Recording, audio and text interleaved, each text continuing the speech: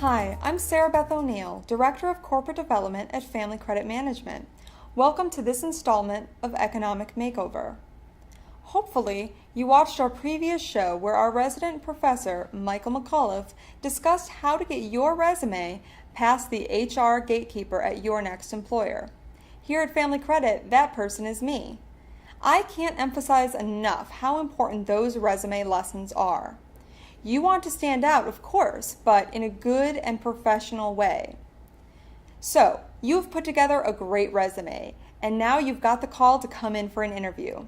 While this is a good sign, now it's time to prepare. These few minutes will make or break the situation.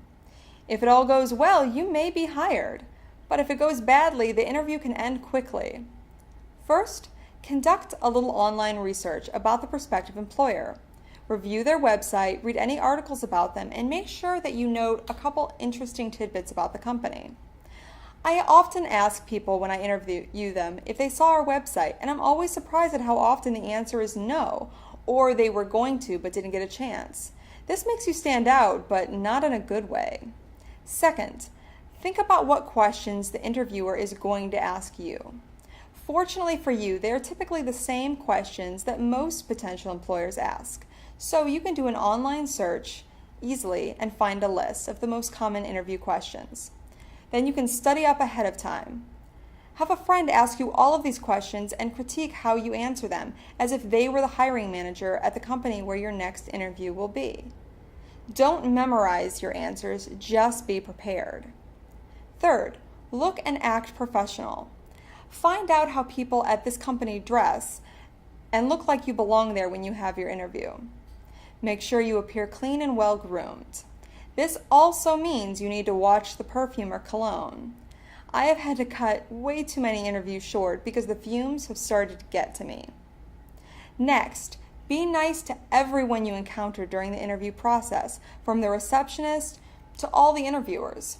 When I'm interviewing candidates for an open position, I always ask my receptionist what her impression of the person was. If she says the person came off as rude, this is a huge red flag to me. It's also extremely important to greet the interviewer by name and make sure not to shorten or change it in any way.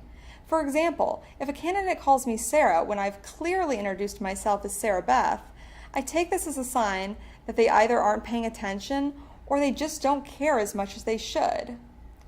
During the interview, pay attention, maintain good posture, and be enthusiastic but not overly animated. Since you have already practiced many of the questions that they will ask you, you should be confident yet relaxed. Above all, never discuss the salary until you've actually been offered the position. You should also ask appropriate questions of the interviewer about the position and the organization. Once again, you can often find these online. At the end of the interview, thank the interviewer for their consideration, and if you're still interested in the job, be sure to tell them so and ask what the next step is. Finally, make sure you follow up after the interview.